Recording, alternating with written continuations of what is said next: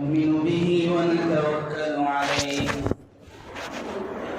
ونعوذ بالله من شرور أنفسنا ومن سيئات أعمالنا من يهده الله فلا مضل له ومن يضلله فلا هادي له ونشهد أن لا إله إلا الله وحده لا شريك له ونشهد أن سيدنا وسندنا وحبيبنا ومولانا محمدا عبده ورسوله أما بعد فأعوذ بالله من الشيطان الرجيم بسم الله الرحمن الرحيم فيها يفرق كل أمر حكيم وقال تعالى في مقام آخر يا أيها الذين آمنوا توبوا إلى الله توبة نصوحا وقال النبي صلى الله عليه وسلم إذا كانت ليلة النصف من شعبان فقوموا ليلها وصوموا نهارها وقال عليه الصلاة والسلام التائب من الذنب كمن لا ذنب له أو كما قال رسول الله صلى الله عليه وسلم اللهم أيدنا بتأييدك يا رب العالمين. محترم معزز بزرگوں دوستوں نوجوان بھائیوں اور عزیز ساتھیوں، باری تعالیٰ نے جو انسان کو بنایا ہے، پیدا کیا ہے، اس کے متعلق علماء نے لکھا ہے الانسان مرکب من الخطأ والنسیان۔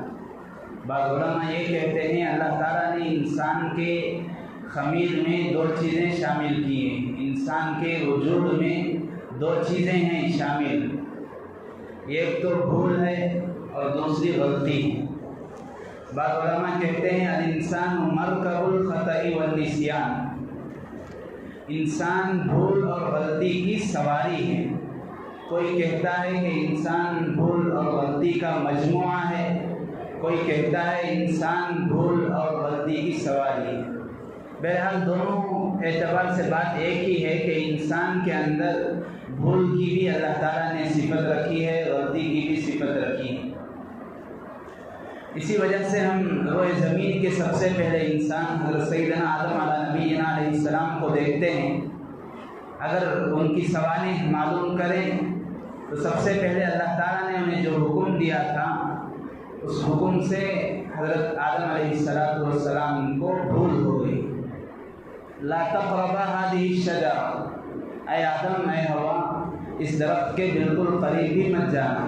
اللہ تعالیٰ نے فرمایا تھا جنت میں جہاں چاہو وہاں جا سکتے ہو، جس درخت سے چاہو، جس نعمت سے چاہو اسے فائدہ اٹھا سکتے ہو، صرف تمہارے لیے ایک ممانعت ہے، ایک روک ٹوک ہے، وہ یہ کہ اس درخت کے بالکل قریب بھی مت جانا۔ اب بھول ہو گئی حضرت آدم علیہ السلام سے، غلطی ہو گئی اماں حضرت حوا علیہ السلام سے۔ تو یہ تاریخ ہمیں بتاتی ہے کہ انسان کو اللہ تعالیٰ نے بھول اور غلطی دونوں کے مجموعے سے پیدا کیا ہے۔ جب حضرت آدم علیہ السلام جنت میں رہنے لگے، اب شیطان انسان کا دائمی دشمن تھا، ہے، رہے گا۔ اب وہ آیا، آ کر حضرت حوا کو بہلانے لگا، گمراہ کرنے لگا، پھسلانے لگا، کہنے لگا دیکھو اللہ تعالیٰ نے جو منع کیا ہے اس کی وجہ جانتے ہو؟ ان تکونا من الخالدین، اللہ تعالیٰ یہ نہیں چاہتے کہ تم جنت میں ہمیشہ ہمیشہ رہو۔ تمہیں اللہ تعالیٰ اس خوشی کی جگہ سے، اس ایسی جگہ سے مالا عین رات، ایسی جگہ جسے آپ کے علاوہ کسی نے نہیں دیکھا ہے، آپ کی آنکھ دیکھ لی، آپ کے بعد کی نسلیں نہ دیکھے، اللہ تعالیٰ یہ چاہتے ہیں۔ ولا اذن سمعت، اور اس جگہ کی کیفیت آپ جانتے ہیں، آپ سمجھتے ہیں، آپ محسوس کر سکتے ہیں، آپ کے بعد آپ کی نسل اس کو نہ دیکھے۔ اور اس یہاں کی نعمتوں کی، یہاں کے اللہ تعالیٰ کے انعامات کا جو فضل ہے، جو اس کی امیجنیشن ہے، جو اس کا تصور ہے، کسی کے دل میں بھی نہ آئے۔ اس لیے اللہ تعالیٰ چاہتے ہیں کہ تم یہاں ہمیشہ نہ رہو، تم زمین پر چلے جاؤ، اس لیے اللہ تعالیٰ نے روکا ہے۔ اب شیطان جو صحیح تھا اسے غلط کر کے دکھانے لگا، اسی لیے کہا شیطان کا کام ہی یہی ہے، اچھائی کو برائی میں بدلتا ہے، برائی کو اچھائی میں بدلتا ہے، معروف کو منکر میں بدلتا ہے، منکر کو معروف میں بدلتا ہے، حسنہ کو سیئہ میں بدلتا ہے، سیئہ کو حسنہ میں بدلتا ہے، سنت کو بدعت بنا کر دکھاتا ہے، بدعت کو سنت بنا کر دکھاتا ہے، غیر ضروری کو ضروری کر کے دکھاتا ہے، ضروری کو غیر ضروری بنا دیتا ہے۔ یہی شیطان کا کام ہے۔ مثال کے طور پر اگر اس شیطان کے ہیلے کو، شیطان کی چال کو سمجھنا ہے، اس کے لیے ایک موٹی مثال جو آج کل کے حالات کے اعتبار سے بھی ہمارے لیے بہت ہی ضروری ہے، اس کی طرف توجہ دینا۔ نکاح میں دو باتیں ہیں، نکاح جو ہم لوگ کرتے ہیں اسلامی اعتبار سے نکاح میں دو چیزیں ہیں، ایک واجب ہے، ایک سنت ہے۔ نکاح میں واجب چیز مہر ہے، سنت ولیمہ ہے، دو الگ الگ ہیں۔ غور سے سنیں گے بہت سارے مسئلے بھی سمجھ میں آئیں گے، دین بھی سمجھ میں آئے گا، سننے کے بعد عمل کرنے کی توفیق بھی ہوگی۔ ہماری غلطی ہی یہی ہے، وَقَالُوا لَوْ كُنَّا نَسْمَعُ أَوْ نَعْقِلُ۔ قرآن پاک میں اللہ تعالیٰ نے کہا جہنمی جب جہنم میں چلے جائیں گے تو ان سے جنتی لوگ پوچھیں گے تم جہنم میں کیوں پہنچ گئے؟ ہم جہاں تک جانتے ہیں تم اچھے لوگ تھے، تم بھی جو ہے تمہارا تعلق بھی دیندار گھرانے سے تھا، تمہیں بھی قرآن اور حدیث سے انسیت تھی، واقفیت تھی، آخر جہنم میں کیوں آ گئے؟ تو کہیں گے لو کننا نسمع، کاش ہم سن لیتے، او ناقل، یا ہم نے سنا تھا لیکن سرسری سنا تھا، وقت گزاری کے لیے سنا تھا، جوڑ دیا گیا تھا اس لیے ہم نے سن لیا تھا، کاش کہ ہم اس وقت سن کر سمجھ لیتے، او کننا ناقل ما کننا فی اصحاب السعیر، تو ہم آج اہل جہنم میں نہیں ہوتے۔ بزرگان محترم، دین کو سنیں گے تو سمجھ میں آئے گا، سمجھیں گے تو عمل کرنے میں آسانی ہوگی۔ الغرض نکاح میں دو چیزیں ہیں، ایک ہے واجب، ایک ہے سنت۔ واجب ہے مہر، سنت ہے ولیمہ۔ اب شیطان نے کیا کیا؟ ایک رواج پیدا کر دیا، ایک رواج چلا دیا، لوگوں کے ذہنوں میں یہ بات ڈال دیا۔ اب نکاح کو آ رہے ہیں، بھائی بتاؤ مہر دفتر میں کیا لکھیں گے؟ حضرت لکھ دیجئے بسہولت ادھار، نکاح ہم بسہولت ادھار دیں گے۔ بھائی ولیمہ وہ نقد۔ مہر میں کیا دے رہے ہیں بھائی؟ مہر میں 7,786 786 مہر دے رہے ہیں۔ بھائی ولیمہ کام کر رہے ہیں CMA پیلس۔ جو چیز واجب تھی اس کو شیطان نے غیر ضروری کر دیا، اس کو ادھار بنا دیا۔ جو چیز ضروری تھی اسے جو ہے نقد ادا نہیں کر رہا ہے، مہر واجب تھا، ضروری تھا، اسے ادھار۔ ولیمہ جو ہے سنت ہے، اللہ کے نبی علیہ السلام نے فرمایا ولیمہ اتنا سنت ہے، اولم ولو بشاتی، کسی کی استطاعت ولیمہ کرنے کی نہیں ہے۔ تم جو ہے میں چا بسکٹ سے ولیمہ کر سکتا ہوں، میرے لیے سنت ولیمہ چا بسکٹ میں ہے۔ میں کسی کو ٹھنڈا پلا کر ولیمہ کر سکتا ہوں، میرے لیے سنت ٹھنڈا پلا کر ولیمہ کرنے میں ہے۔ جتنی وسعت اتنی سنت، جتنی وسعت اتنی برکت۔ بزرگان محترم، اب شیطان نے سارا کا سارا قصہ الٹا کر دیا، سنت کو بدعت بنا دیا۔ کیا بھائی اللہ تعالیٰ نے آپ کو استطاعت دی، پھر بھی تمہیں اتنا چھوٹا سادہ سیدھا ولیمہ کر رہی، کیا بھائی کنجوسی کر رہی؟ کیا اب بیچارہ چاہتے نہ چاہتے ہوئے اسراف کرے گا، چاہتے نہ چاہتے ہوئے ہزاروں لاکھوں روپے صرف شادی محل پر، شادی خانے پر خرچ کرے گا، صرف چاہتے نہ چاہتے ہوئے ڈیکوریشن پر خرچ کرے گا۔ اسی لیے علماء نے فرمایا شادی آج کل کے ماحول میں، آج ہمارے معاشرے میں، یہ ہمارے معاشرے کے لیے، ہماری قوم کے لیے جتنی آسان عبادت اللہ کے نبی نے کر کے دکھایا تھا، اللہ کے نبی نے جتنا آسان بنایا تھا، آج ہم نے اسے اتنا مشکل بنا دیا، جس کی وجہ سے آج کے دور میں اتنے ہی زیادہ زنا کے دروازے کھل گئے۔ مسجد میں ہم لوگ بیٹھے ہیں، ہم خود جانتے ہیں ہم خود اپنے ہاتھ اپنے دل پر رکھ کر سوچ سکتے ہیں، ہر کوئی آج نوجوان، ہر کوئی نہ کوئی زنا میں مبتلا ہے، کوئی آنکھوں کے زنا میں، کوئی کانوں کے زنا میں، کسی کا دل زنا میں، خیالات ہیں، نماز میں کھڑے ہیں، وساوس آ رہے ہیں، لوگ پوچھتے ہیں سوالات، حضرت نماز میں بھی کھڑتے ہیں تو غلط خیالات آتے ہیں، وساوس پیدا ہوتے ہیں، اس کا حل کیا ہے؟ اس کا علاج کیا ہے؟ اس کا علاج تو یہی ہے، نکاح کو اللہ کے نبی نے اتنا آسان بنایا تھا۔ ایک صحابی آئے، پوچھنے لگے یا رسول اللہ صلی اللہ علیہ وسلم میرا نکاح فرما دیجئے۔ اللہ کے نبی نے فرمایا فلتمس ولو خاتما من حدید، جاؤ بھائی کیا کچھ ہے کیا مہر میں، ڈھونڈ کر لاؤ۔ گئے، یا رسول اللہ کچھ نہیں ہے میرے پاس۔ ارے جاؤ کم از کم ایک لوہے کی انگوٹھی دیکھو گھر میں کہیں گری پڑی ہوگی، اس کو لے کر آ جاؤ۔ گئے، یا رسول اللہ وہ بھی نہیں ہے۔ اللہ کے نبی نے پوچھا پھر تمہارے پاس کیا ہے؟ انہوں نے کہا یا رسول اللہ ما وجدتها عندي، میرے پاس کچھ نہیں ہے، بس جو ازار پہنا ہوں وہ ہے، اور ایک چھوٹا موٹا مکان ہے جہاں پر میں رہتا ہوں۔ اللہ کے نبی نے فرمایا، پوچھا کیا جانتے ہو، کیا آتا ہے تمہیں؟ کہنے لگے حافظ قرآن ہوں، قرآن پڑھنا جانتا ہوں، قرآن تجوید سے آتا ہے۔ تو اللہ کے نبی نے فرمایا کیا اپنی بیوی کو قرآن سکھا دو گے؟ کیا انہیں تجوید سکھا دو گے؟ کیا انہیں قرآن سے جوڑ دو گے؟ کہنے لگے یا رسول اللہ جی ٹھیک ہے۔ آپ نے فرمایا تمہارا مہر تو یہی ہے کہ تم اپنے بیوی کو قرآن سکھا دو۔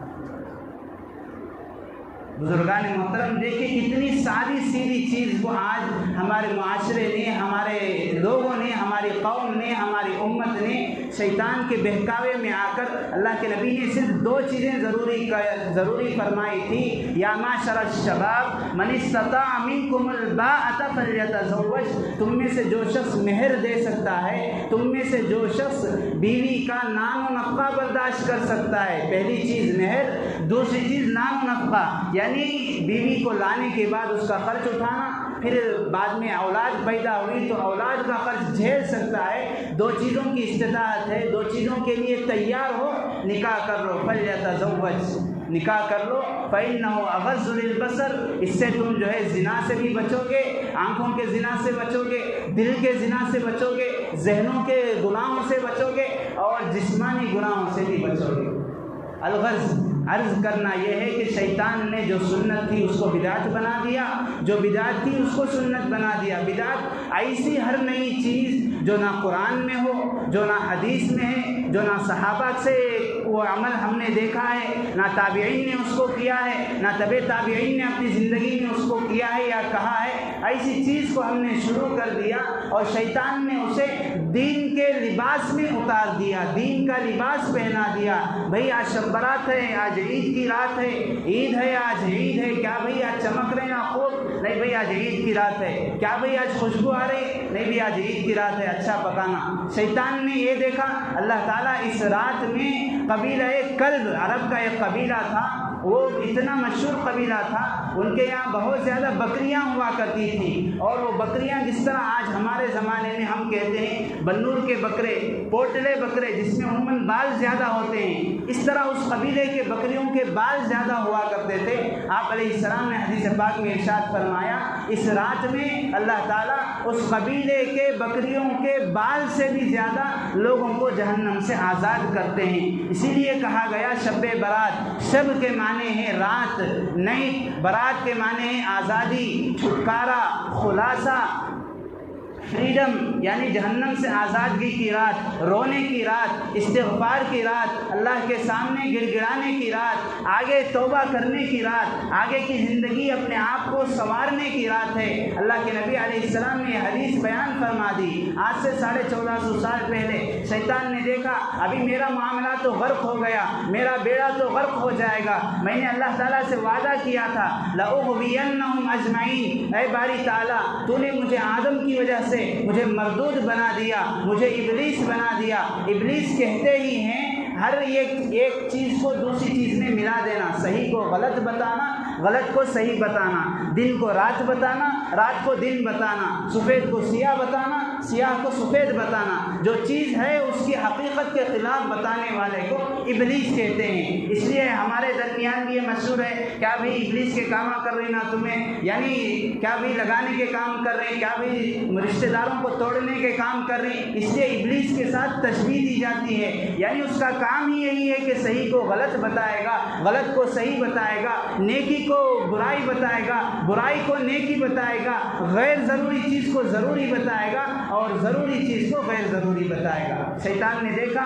حضور علیہ السلام نے فرمایا آج کی رات مغفرت کا عام اعلان ہوتا ہے، اللہ تعالیٰ فَيُغْفَرُ جَمِيعَ عِبَادِهِ، اللہ تعالیٰ اپنے سارے بندوں کو معاف کرتے ہیں سوائے چند گنے چنے بندوں کے۔ اب اس نے دیکھا ساروں کی مغفرت ہو جائے گی، رمضان بھی قریب آ جائے گا، ساروں کی پٹری، ساروں کی گاڑی ان کے پٹریوں پر صحیح آ جائے گی، سارے مسجد کو آباد کرنے والے بن جائیں گے، قرآن کو سیکھنے والے بن جائیں گے، شریعت پر عمل کرنے والے ہو جائیں گے، ان کی زندگی قرآن اور حدیث کے تقاضے پر چلنے والی ہو جائے گی۔ اب میرا کام کیا رہ جائے گا؟ میں نے اللہ کے سامنے بڑے ڈینگے مارتے ہوئے وعدہ کیا تھا، میں تیری ساری اور میں تیرے سارے بندوں کو، آدم کی ساری اولاد کو بہکاؤں گا، پھسلاؤں گا، انہیں جو ہے ان کے مال میں بھی میں شریک رہوں گا، وَشَارِكْهُمْ فِي الْأَمْوَالِ وَالْأَوْلَادِ، میں ان کے مال میں بھی شریک ہوں گا، ان کے مال کو ناجائز طریقوں پر صرف کراؤں گا، میں ان کی اولاد میں بھی شریک ہو جاؤں گا۔ قرآن پاک میں آیت ہے وَشَارِكْهُمْ فِي الْأَمْوَالِ وَالْأَوْلَادِ، قرآن نے، شیطان نے اللہ تعالیٰ سے وعدہ کیا تھا میں ان کو اس طرح بہکاؤں گا کہ ان کے مال میں بھی گھس جاؤں گا، ان کی اولاد میں بھی گھس جاؤں گا۔ علماء نے، مفسرین نے فرمایا مال میں گھسنا تو سمجھ میں آتا ہے، مال کو ناجائز طریقے پر خرچ کر رہا ہے، شیطان مال میں اندر شامل ہو گیا، مال کو حرام چیز میں شامل کر رہا ہے، شیطان مال کے اندر آ گیا، مال کو جو ہے اسراف میں لگایا ہوا ہے، شیطان مال کے اندر داخل ہو گیا، اولاد میں شیطان کس طرح داخل ہوگا؟ مفسرین نے لکھا جب ایک میاں بیوی اپنے خواہش کو پوری کرتے ہیں، اللہ کا حکم پورا کرتے ہیں، دعاؤں کا اہتمام نہیں کرتے، اسی لیے کہا گیا بغیر بسم اللہ کی اولاد، کیا بھائی یہ بچے بغیر بسم اللہ کے بچے ذکر ناک میں دم کر دیے ہیں، بغیر بسم اللہ کی اولاد، شیطان ان میں شامل ہو گیا، بغیر تربیت کی اولاد، وہ شیطان ان بچوں کے اندر رچ بس گیا ہے، بغیر بسم اللہ کی اولاد، بغیر تربیت، نہ ذہنی تربیت، نہ جسمانی تربیت، نہ ان کے گھریلو تربیت ہوئی ہے، تو شیطان گویا کہ ان کے اندر بس رچنے اور بسنے کا وعدہ روز اول سے پہلے دن سے اللہ تعالیٰ سے کیا تھا۔ اب وہ سوچنے لگا میرے سارے وعدوں پر میں نے بڑے ڈنکے کی چوٹ پر اللہ تعالیٰ سے وعدہ کیا تھا، اللہ تعالیٰ نے بھی کہا تھا الا عبادک منہم المخلصین، جا میں تجھے مہلت دیتا ہوں، جا تو جو چاہے کر لے، لیکن ہر ایک پر تیرا بس نہیں چلے گا، میرے بعض بندے ایسے بھی ہوں گے جو تیرے جھانسے میں نہیں آئیں گے۔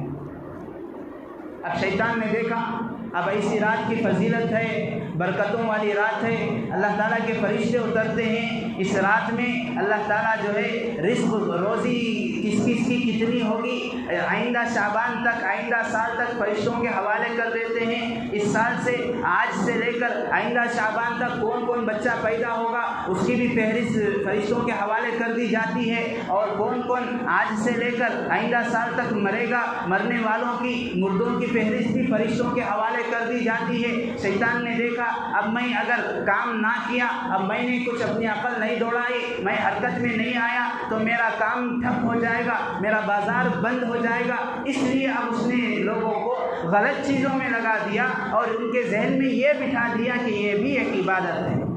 شب برات کو نئے کپڑے پہننا بھی عبادت ہے، شب برات کو باہر گھومنا، قبرستان جانا بھی عبادت ہے۔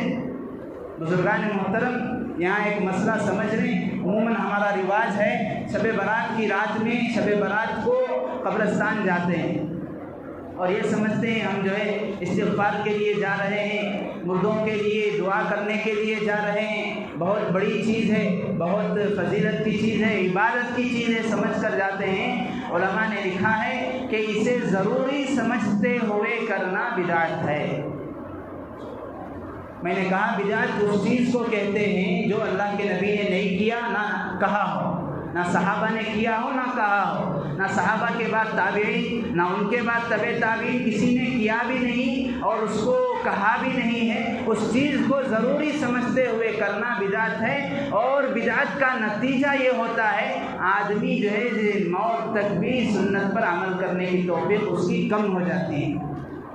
یہ ایک آدمی ہے غلطی کر رہا ہے، میں گناہ کر رہا ہوں، مجھے احساس ہوتا ہے میں غلط کر رہا ہوں، اللہ کی نافرمانی کر رہا ہوں، قرآن و سنت کے خلاف کام کر رہا ہوں، تو اسے کبھی نہ کبھی توبہ کی توفیق ہو جائے گی، اسے ندامت ہے۔ التائب من الذنب کمن لا ذنب لہ، کبھی نہ کبھی اس کا ضمیر اس کو جھنجھوڑے گا، کبھی نہ کبھی وہ اللہ تعالیٰ کے ماحول میں، قرآن کے ماحول میں، مسجد کے ماحول میں آئے گا تو اس کے دو آنسو گریں گے، اللہ تعالیٰ اسے معاف کر دے گا، ایسا معاف کرے گا کہ کبھی اس سے گناہ ہی سرزد نہیں ہوئے۔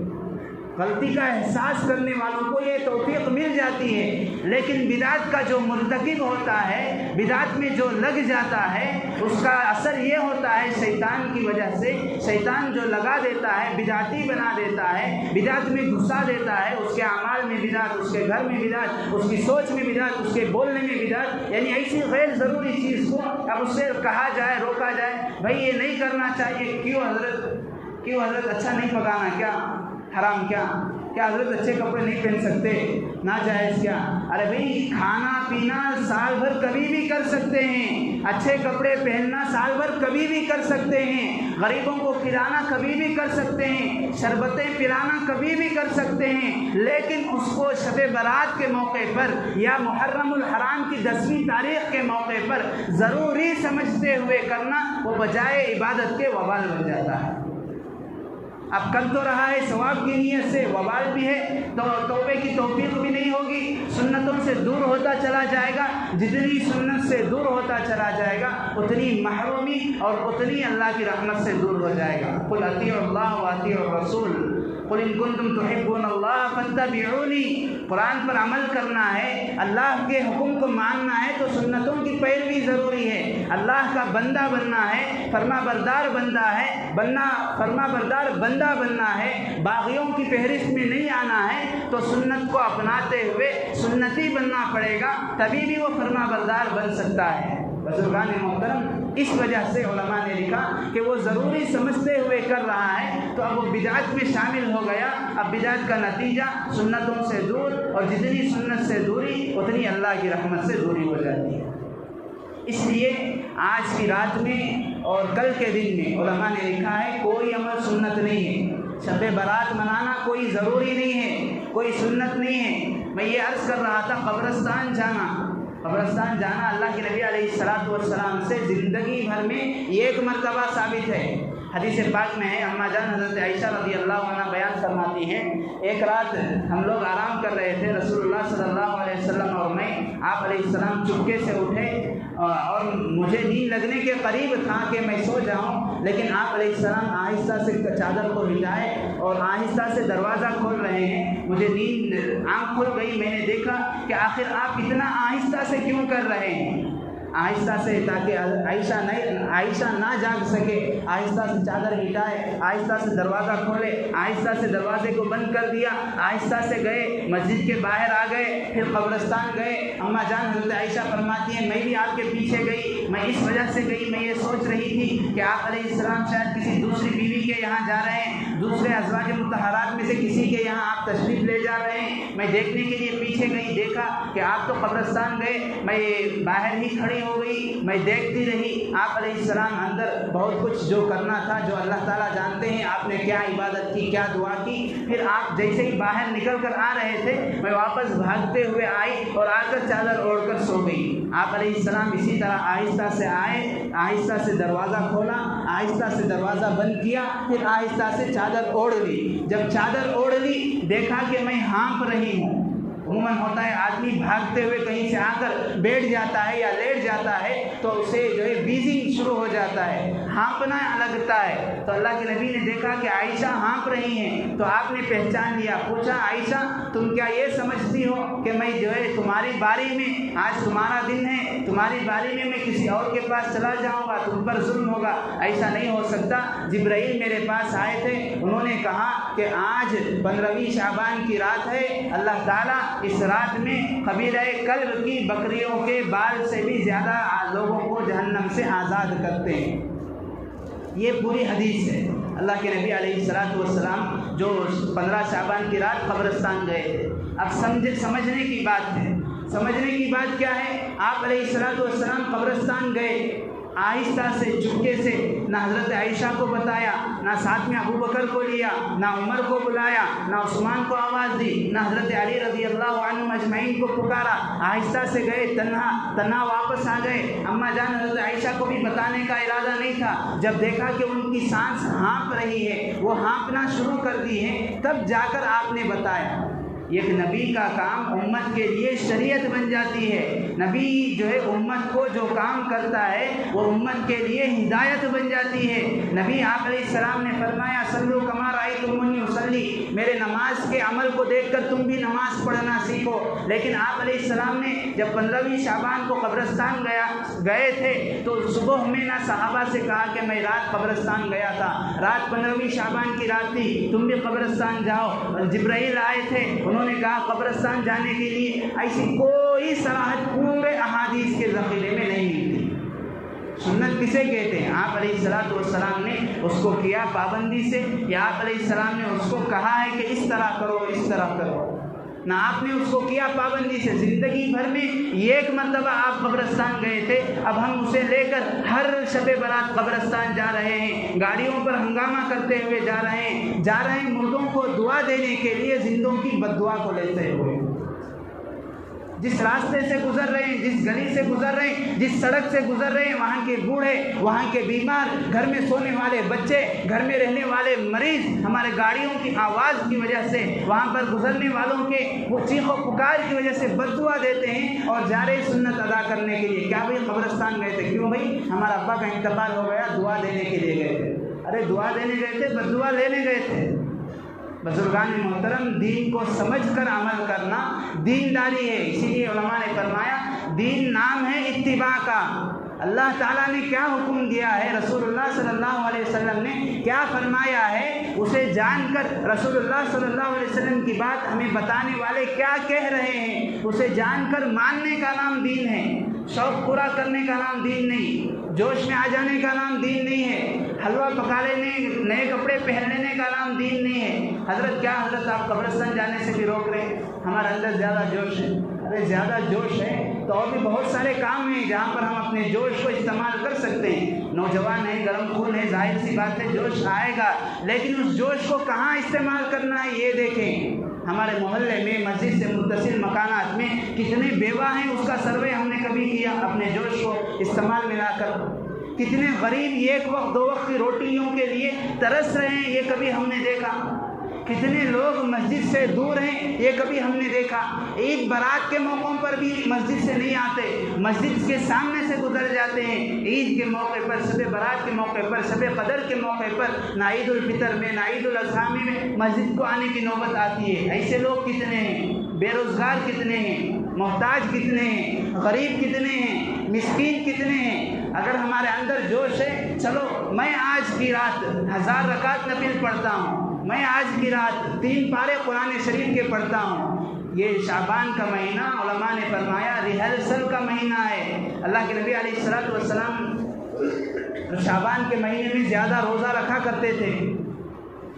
اماں جان حضرت عائشہ فرماتی ہیں ہم تو کبھی کبھار یہ سمجھتے تھے، کبھی ڈر جاتے تھے کہیں رمضان کا مہینہ تو نہیں شروع ہو گیا.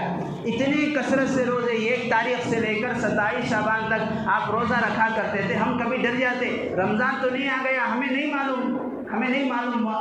پوچھا اماں جان نے یا رسول اللہ، اے میرے حبیب، آپ رمضان سے پہلے شعبان میں اتنے مہینے اتنے زیادہ روزے کیوں رکھتے ہیں؟ آپ نے فرمایا شعبان میں، شعبان کی راتوں میں، شعبان کے دنوں میں، چونکہ یہ 15 شعبان کی رات میں اللہ تعالیٰ جو ہے جتنے آئندہ سال تک مرنے والے ہیں ان کی فہرست فرشتوں کے حوالے کر دیتے ہیں. پہلے سے تو طے ہے، روز اول سے دنیا بننے سے پہلے یہ بات تو طے ہے، تقدیر میں قلم نے لوح محفوظ میں لکھ دیا کون کب مرے گا، کہاں مرے گا، کون کتنا جیے گا، کیا کمائے گا، کیا کھائے گا، کتنا کمائے گا، کتنا کھائے گا، سب کچھ تو طے ہے. لیکن وہ دفتر، وہ فہرست، وہ لسٹ آج کی رات میں فرشتوں کے حوالے اللہ تعالیٰ کرتے ہیں. اور میں یہ چاہتا ہوں کہ فرشتوں کے پاس میرا نام آئے اور میں روزے کی حالت میں رہوں. اللہ تعالیٰ کے پاس سے اللہ تعالیٰ کے پاس سے میرے لیے بلاوا آ جائے اور میں روزے کی حالت میں رہوں۔ بزرگان محترم، ہمارا قصہ یہ ہوتا ہے، شب برات میں آ گئے اور پھر پہلے رمضان کو پہلی تراویح کو آتے ہیں اور الحمدللہ 20 رکعت پڑھ لیے، گھر جا کر پیر پسار کر سو گئے۔ اہلیہ سے کہہ رہے ہیں جناب اور بھائی آج ذرا پیر دبا دو، پاؤں میں بہت درد ہو رہا۔ اب وہاں سے بوچھار گالیوں کی، تمہیں گئے کہیں کو جی، تمہارا پڑھنا بھی نہ کو، روز تمہاری خدمت بھی نہ کو، کیا کیا کرنا، گھر میں پکانا بھی ہے، روزے کا ہے، سحری کا ہے، افطار کا ہے۔ اب صاحب پہلی تراویح کو آئے، اب سوچا عزم مصمم کر لیا، ہاں ختم قرآن تک نہیں جاتا۔ ختم قرآن کا موقع آیا، بھائی کو فون جا رہا ہے، بہن بھی کو فون جا رہا ہے، دوست احباب کو فون جا رہا ہے، بھائی آج ہمارے محلے میں ختم قرآن ہے، آؤ آج بوندی بھی تقسیم ہوتی، جلیبی بھی تقسیم ہوتی۔ بزرگان محترم، یہ چیزیں ہو رہی نہیں ہو رہی، یہ کوئی من گھڑت بات تو نہیں ہے، یہ ہمارے معاشرے میں، ہمارے سماج میں، ہمارے اندر یہ چیزیں ایسی ہیں۔ اسی لیے علماء نے فرمایا یہ ریہرسل کا مہینہ ہے، ایسی رات میں، خصوصاً آج کی رات میں کھڑے ہو کر 40 رکعت نماز پڑھو، کھڑے ہو کر 20 رکعت نماز پڑھو، کھڑے ہو کر 100 رکعت نماز پڑھو، تب جا کر تمہیں 30 دن مسلسل 20 رکعت پڑھنے میں کوئی دشواری نہیں ہوگی۔ آج کی رات میں 1 پارہ پڑھو، تب جا کر پورے رمضان میں 30 پارے سننے کی اللہ تعالیٰ استطاعت دے گا، ورنہ وہی حال ہوگا، پہلی تراویح کو آئیں گے، پیر کے درد کے بہانے سے پھر جا کر سو جائیں گے۔ پھر اسی لیے علماء نے فرمایا شعبان میں بھی روزوں کی ریہرسل ہونی چاہیے۔ 15 شعبان کا روزہ ہے، 27 تک جتنے چاہے روزے رکھ لو، ورنہ ایک روزہ رکھتے ہی حضرت کیا کی، آج یہ رمضان بہت گرمی ہے، بہت دھوپ ہے، روزہ رکھنے ہو رہا نہیں، میرا کام بہت ہارڈ ورک، میں روزہ نہیں رکھتا، فدیہ دے دو۔ معمولی بہانوں سے، جس کا کوئی عذر ہی نہیں ہے روزہ چھوڑنے کے لیے، ایسے لوگ روزہ چھوڑتے ہیں۔ علماء نے فرمایا جو شخص بلا عذر رمضان کا روزہ چھوڑتا ہے اور کھلم کھلا کھاتے پیتے پھرتا ہے، کھلم کھلا کا مطلب ہوٹل میں پردہ ڈال لینے سے چھپتے نہیں، لوگ یہ سمجھتے ہیں پردہ ڈال کر اندر چائے پئیں گے، سموسہ کھائیں گے، حقہ پئیں گے، بیڑی پئیں گے، کوئی نہیں دیکھ رہا ہے، ہم چھپ کر کام کر رہے ہیں، چھپ کر گناہ کریں تو کیا نہیں، ارے چھپ رہے ہیں، وہاں بھی اندر لوگ ہوتے ہیں، اللہ تو دیکھ رہے ہیں۔ یہ جرأت ہے، رمضان کی ناقدری ہے، ناشکری ہے۔ اس لیے علماء نے فرمایا ابھی سے اسی مہینے سے روزے کی بھی ریہرسل کر لو، اس وقت اللہ تعالیٰ جو ہے روزوں کو آسان کر دے گا۔ آج کی رات قیام کی نمازیں پڑھنے کی ریہرسل کر لو، رمضان میں کھڑے ہو کر قرآن سننے کی بھی اللہ تعالیٰ توفیق دے گا، آسان کر دے گا۔ بزرگان محترم، ہم میں سے کتنے ایسے بد نصیب لوگ ہیں، میں کسی کو گن کر نہیں بول رہا ہوں، ہم خود اپنے آپ پر ہاتھ رکھیں، استفتی قلبک، اپنے دل سے خود پوچھیں۔ صدی گزر گئی، زمانہ گزر گیا، کسی کے 20 سال، کسی کے 25 سال، کسی کے 30 سال، 40 سال، قرآن کا ایک پارہ نہ ہم نے پڑھا نہ سیکھا۔ رمضان کا موقع آتا ہے، کم از کم پورا قرآن ایک مہینے میں ایک امام کے پیچھے ایک مسجد میں سننے کی نوبت آتی ہے، اس کو بھی ہم گوا دیتے ہیں۔ اتنی بڑی محرومی ہے اور اپنے آپ کو مسلمان کہتے ہیں۔ کیا بھائی مسلمان؟ ہاں مسلمان، قرآن زندگی میں ایک پورا قرآن بھی نہیں سنا اور اپنے آپ کو مسلمان ہونے کا دعویٰ ہے۔ بزرگوں دوستوں، اس لیے آج کی رات پہلی چیز تو یہ ہے کہ پہلی بات تو یہ ہے، کوئی مستقل عبادت نہیں ہے، نہ قبرستان جانے کی عبادت سنت ہے، نہ اچھا کھانا پکانا یہ بھی کوئی عبادت ہے۔ کم از کم آج کی رات میں ہم اپنے گھر والوں کو، بیوی کو، ماں کو، بہن کو اگر انہیں فارغ کر دیں تو وہ بھی کم از کم تھوڑی عبادت کر لیں گی، وہ بھی نماز پڑھ لیں گی، وہ بھی سحر کر لیں گی، وہ بھی تلاوت قرآن کر سکتی ہیں، وہ بھی ذکر و اذکار کر سکتی ہیں۔ ہم جو ہے یہ آرڈر کر دیا آج اچھا پکوان ہونا، آج شیر خورما ہونا، آج مظفر ہونا، یہ سب ہونا بول دیا، اب کم از کم اس کھانے پکانے میں وقت ہو گیا 1 گھنٹہ 2 گھنٹہ، اب سو گئی، اب فجر بھی چھوٹ گئی، روزہ بھی چھوٹ گیا۔ عشاء کی نماز باجماعت پڑھنا، پھر فجر کی نماز باجماعت پڑھنا پوری رات عبادت کرنے کے برابر ہے۔ اسی لیے علماء نے فرمایا آج کی رات کم از کم ہم جو ہے اپنے قضائے عمری پڑھیں۔ قضائے عمری کسے کہتے ہیں؟ 2 باتیں کہہ کر اپنی بات کو ختم کرتا ہوں۔ قضائے عمری 15 سال سے لے کر 15 سال کی عمر سے لے کر اب تک، کسی کی 25 ہے، کسی کی 30 ہے، کسی کی 40، کوئی 22 ہے، جتنی بھی عمر ہے تب سے حساب لگا کر جتنی فرض نمازیں ہوئی ہیں اس کی قضا کرنا۔ اس کے لیے قضا کرنے کے 2 طریقے ہیں۔ آج کل ایک طریقہ واٹس ایپ میں بھی بہت چلتا ہے ان دنوں میں، بھئی کسی کی قضائے عمری ہے 20 سال 25 سال کی نماز، ایک دن کی 5 نمازیں، ایسے 20 سال 15 سال 25 سال کی نمازیں اس کو کرنی ہے، تو آج کی رات میں فلاں وقت میں فلاں سورہ اتنی رکعتیں 4 رکعت 8 رکعت پڑھ لو، پوری قضائے عمری ہوگی۔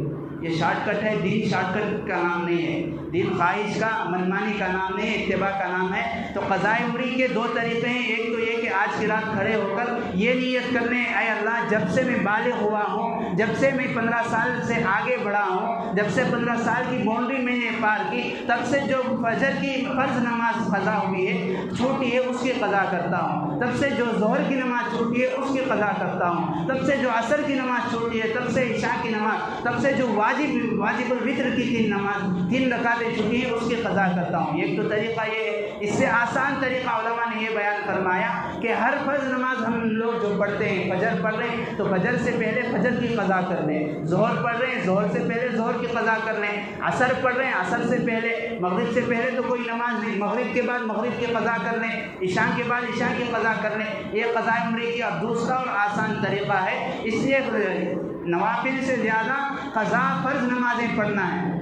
بعض لوگوں کے ذہن میں ہوتا صلاۃ التسبیح بھی پڑھ رہے ہیں، صلاۃ التوبہ بھی پڑھ رہے ہیں، صلاۃ الحاجت بھی پڑھے، نفل نمازیں، حالانکہ ان کی 20 سال کی 25 سال کی فرض نمازیں قضا ہیں جو پڑھے بغیر اللہ تعالیٰ معاف نہیں کرتا، اور معمولی بہانوں سے لوگ اس کا فدیہ بھی دے دیتے ہیں، یہ بھی ادا نہیں ہوتا۔ اور دوسرا روزے کا مسئلہ ہے۔ روزہ بھی جو ہے جس کے چھوٹے ہیں، عموماً ہر ایک کے چھوٹے ہیں، گھر کی مستورات ہیں، مستورات کو فطری مجبوری ہے، ان کے ماہواری ایام چلتے ہیں، اس وجہ سے ان کے روزے چھوٹ جاتے ہیں۔ ہمارے بھی روزے کبھی بخار آ گیا، کبھی کچھ کسی عذر کی وجہ سے جب سے بالغ ہوئے کم از کم 15 سال کی عمر سے پتہ نہیں کتنے فرض روزے چھوٹ گئے، تو پہلے ان قضا روزوں کو کرنا ضروری اور واجب ہے۔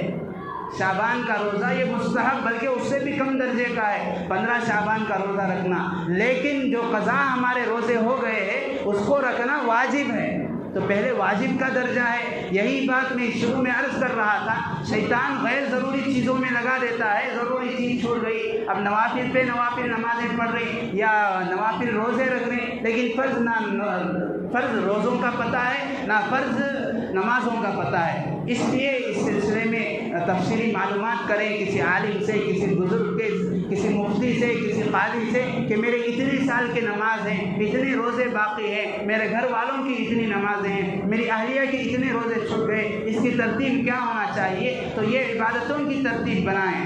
دوسرا کام، پہلا کام تو آج کی رات میں عبادت، چاہے وہ قضا نمازیں ہوں یا نوافل ہو، قضا کا درجہ پہلا ہے، نوافل کا بعد میں ہے۔ دوسری عبادت، دوسرا کرنے کا کام آج کی رات میں سحر کرنا، کل کا روزہ۔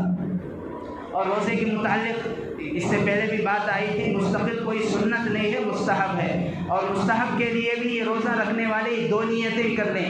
ایک تو نیت یہ کہ اللہ کے نبی علیہ السلام 13، 14، 15 ہر مہینے کی اردو تاریخ 13، 14، 15 کے روزے رکھا کرتے تھے، میں کم از کم 15 کا روزہ رکھ لیتا ہوں۔ اور دوسرا یہ نیت کر لے، اللہ کے نبی شعبان میں زیادہ سے زیادہ روزہ رکھا کرتے تھے، تو میں بھی اللہ کے نبی کی اس سنت کی اتباع میں رکھتا ہوں۔ یہ 2 نیتیں ہوں گی تو ثواب ملے گا، ورنہ روزہ تو ہو جائے گا، سنت ادا ہونے کے لیے یہ 2 نیتیں کریں۔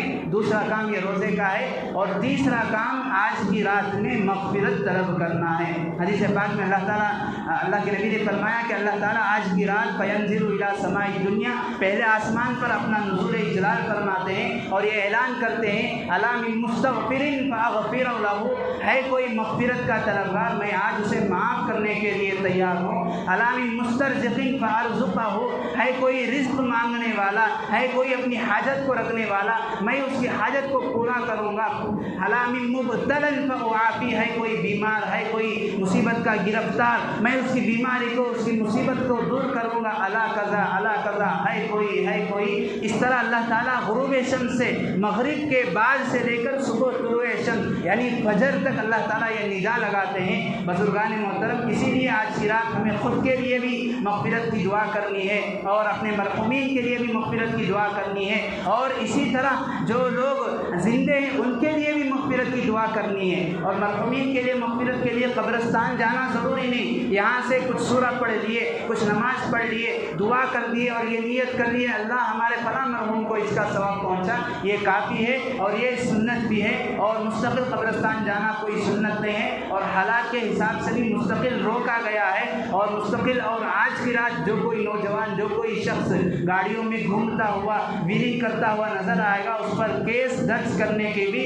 دفعات بن گئے ہیں، اس کے بھی اشارات اور وضاحت حکومت کی جانب سے جاری کیے گئے ہیں۔ یہ اصول کی بات ہم یاد رکھ لیں، جب تک ہم اللہ کی مانتے رہیں گے، رسول اللہ کی مانتے رہیں گے اور وارثین رسول اللہ علماء کی بات مانتے رہیں گے، اس لیے کہ یہ کچھ تو اپنی طرف سے نہیں کہتے، جو بھی بات ہے قرآن حدیث کی روشنی میں بات کہتے ہیں، قرآن حدیث کی بات کہتے ہیں، تو جب تک یہ تینوں کی بات ہم مانتے رہیں گے غیروں کی بات ماننا نہیں پڑے گا۔ جب تک ہم جو ہے اللہ کے رسول کی بات چھوڑ دیں گے تو غیر ہم پر مسلط ہوں گے، ان کی بات ماننی پڑے گی۔ سنت تو یہ تھی کہ ہر رات ہر شب برات قبرستان نہ جائیں، لیکن ہمارے نوجوان ہمارے لوگ ہماری قوم نے اس کو ایسا ضروری رکن سمجھ لیا تھا کہ قبرستان گئے بغیر شب برات ہی ادا نہیں ہوتی، اس طرح ضروری سمجھ لیا تھا، اور آج ایسا وقت آ گیا کہ قبرستان کے گیٹ ہی بند ہو گئے۔ اس لیے ہم اللہ کی بات، اللہ کے رسول کی بات، سنت کو عمل کرتے ہوئے آج کی رات گزاریں۔ غیر ضروری چیز یہ تین باتوں کے علاوہ نفلی عبادات یا قضاء عبادات، اور اسی طرح روزہ، اور تیسری چیز دعائے مغفرت، یہ تین بات اور تین کام کے علاوہ کوئی چیز شب برات کی رات میں نہ اس کے دن یعنی کل آنے والے دن میں کوئی چیز نہ حدیث سے ثابت ہے، نہ سنت سے ثابت ہے، نہ صحابہ نے کیا ہے۔ اللہ تعالیٰ سے دعا ہے اللہ تعالیٰ ہمیں آج کی رات سنت کے مطابق، حدیث کے مطابق اور اللہ تعالیٰ کے حکم کے مطابق اللہ تعالیٰ کا فرما بردار بندہ بن کر اس کی صحیح قدردانی کرتے ہوئے گزارنے کی توفیق عطا فرمائے۔ اور یہ تو بات تھی بدنی عبادتوں کے متعلق کہ نماز ہے، روزہ ہے، نفل عبادتیں ہیں، یہ ہماری بدنی عبادت، یعنی ان عبادتوں کا تعلق ہمارے بدن جسم سے ہے، اور اسلام میں بعض عبادتیں ایسی بھی ہیں جن کا تعلق مال سے بھی ہے۔ عبادات پورے اسلام کو، پورے دین کو سمجھیں گے تو اس میں ہمیں بہت ساری جگہ ایسی ملتے ہیں جہاں پر عبادت ادا نہیں ہوتی مال خرچ کیے بغیر، جیسے حج ہے، آدمی صرف بدنی عبادت میں حج کے ارکان ادا کر لے تو پیسہ خرچ نہیں کر سکتا تو اس کا حج ہی ادا نہیں ہوگا۔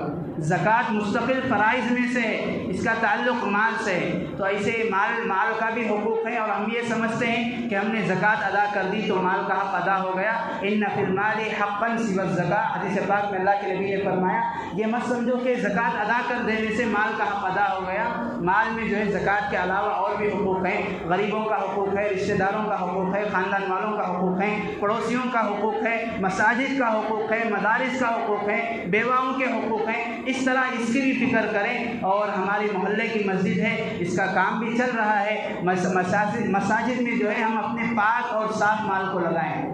عموماً یہ ہوتا بہت سارے لوگوں کو مسئلہ معلوم نہیں ہوتا، جو رمضان میں زکوٰۃ نکالنی ہوتی ہے وہ زکوٰۃ کا مال مساجد کو لگا دیتے، زکوٰۃ ادا نہیں ہوتی اور قابل اعتبار بھی نہیں ہوتی۔ ہم جو ہے جس مسجد میں نماز پڑھتے ہیں، جس مسجد میں آ کر اللہ کے سامنے جھکتے ہیں، جس مسجد میں ہمیں قرآن حدیث پڑھایا، سمجھایا، سنایا جاتا ہے، وہاں اس مسجد میں ہم اپنے پاک اور صاف مال کو لگائیں۔ جو مال ہم کھاتے ہیں، جو مال ہم اپنے لیے استعمال کرتے ہیں، پہنتے ہیں، جس مال کے ذریعے سے اپنے گھر کے ضروری اخراجات جس مال کے ذریعے سے پورے کرتے ہیں، تو وہیں پر بھی اس چیز کو بھی ہم شامل کر لیں، اس چیز کو بھی ایڈ کر لیں کہ ہم اپنے مال میں سے ماہانہ اتنا مسجد کو دیں گے، ماہانہ اتنا، ہفتہ واری اتنا دیں گے۔ بزرگان محترم، اللہ تعالیٰ کوانٹٹی کو نہیں دیکھتے کہ کون 10,000 دے رہا ہے، کون 1,00,000 دے رہا ہے، کون 1,000 دے رہا ہے۔ اللہ تعالیٰ کے یہاں تو کوالٹی مطلوب ہے، اخلاص مطلوب ہے۔ ہمارا 1 روپیہ بھی اللہ کے یہاں اگر اخلاص کے ساتھ ہم نے تعاون کر دیا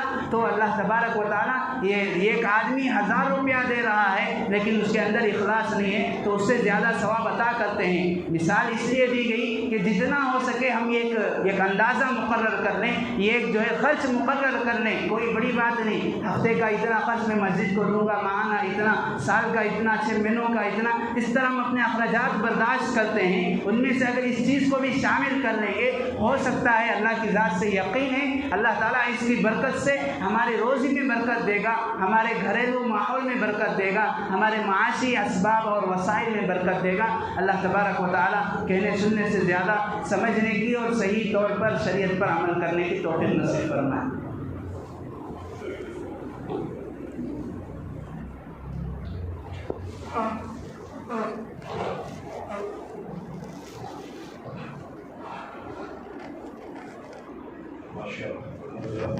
اور ساتھی بیٹھ کر اطمینان سے عید کی بات اللہ عمل کے دوران الحمدللہ 10 بجے کے بعد اور گھومنا ہونا ہے آج کا دن، اسی وجہ سے آپ اللہ سے خدمت درخواست ہے جیسا دعا ہوگی ویسا اپنے گھروں پر جا کر عبادت کریں، جیسا قرآن میں پڑے قرآن کی تلاوت